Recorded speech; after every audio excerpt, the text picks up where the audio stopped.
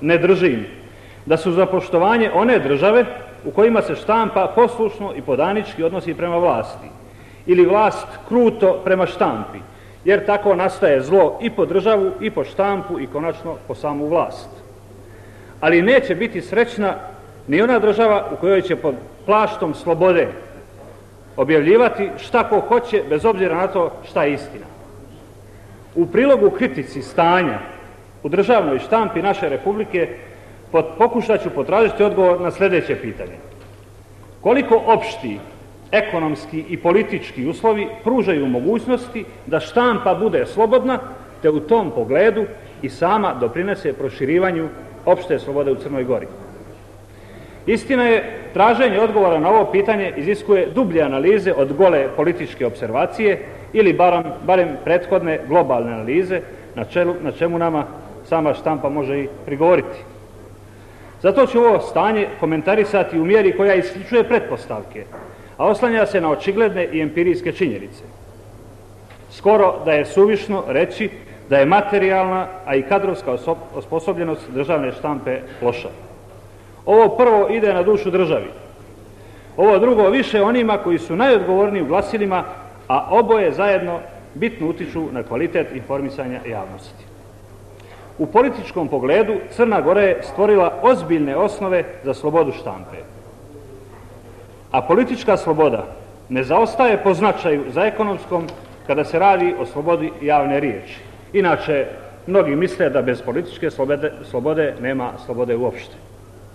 U tom kontekstu ekonomskih i političkih pretpostavki slobodne štampe moramo procjenjivati i dostignuti kvalitet informisanja. To nam svakako neće uskratiti pravo da našoj državnoj štampi uputimo razložnu kritiku zbog pomanjkanja kreativnosti i medijske autentičnosti, što svakako ukazuje na pomanjkanje profesionalnog i opšteg znanja u njima. Jer tu leže uslovi samostalnosti, kreativnosti, angažovane objektivnosti, autentičnosti, dakle i slobode štampe. Crnogorska državna glasila imaju malo novinara autora, vrhunskih novinarskih znalaca iz neke oblasti, novinara specijalista.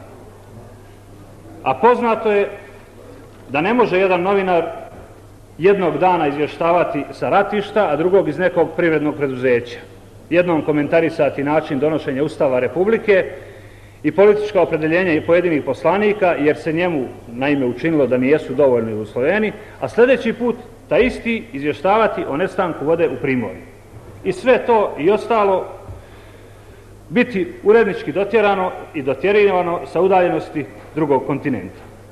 Također, nije moguće opravdati pojavu kada se prema novinskom članku, TV ili radio komentaru prepozna stranačka i politička pripadnost autora. Ovdje mislim na sve stranke u ovom parlamentu. Dakle, ne izdvajam ni jednu. Osim, naravno, ako su novine stranačke. Moram reći da je toga sve manje u državnim glasilima, ali ipak nijesu na to posve imuna. Postoje razlike u kvalitetu informisanja javnosti među državnim glasilima, ali im je zajednički kvalitet taj što su vrlo otvorena prema svim političkim partijama i strankama. Mislim da to ne treba posebno dokazivati, a svakako je važan pokazatelj slobode i otvorenosti štampe uopšte. O tome bi mogli